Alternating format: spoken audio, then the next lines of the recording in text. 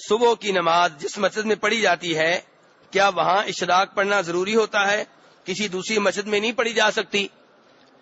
میرے بھائی کسی بھی مسجد میں بلکہ گھر میں بھی آپ پڑھ سکتے ہیں، لیکن اگر آپ ثواب لینا چاہتے ہیں وہ جس کے بارے میں فرمایا نبی صلی اللہ علیہ وسلم نے کہ جس نے فجر کی نماز پڑھی اور پھر وہ بیٹھا رہا اللہ کا ذکر کرتا رہا اور جب سورج نکل آیا تو نکلنے کے بعد اس نے 2 رکعتیں ادا کی تو اس کو مکمل حج اور مکمل عمرے کا ثواب ملے گا۔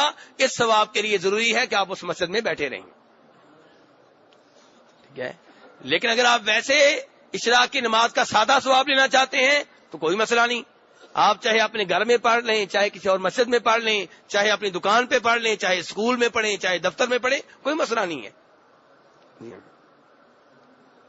اور یہ حدیث جو مکمل حج عمرے کے ثواب والی ہے یہ ترمذی شریف کی حدیث ہے اور شیخ البانی رحمہ اللہ نے اس کو حسن درجے کا قرار دیا ہے۔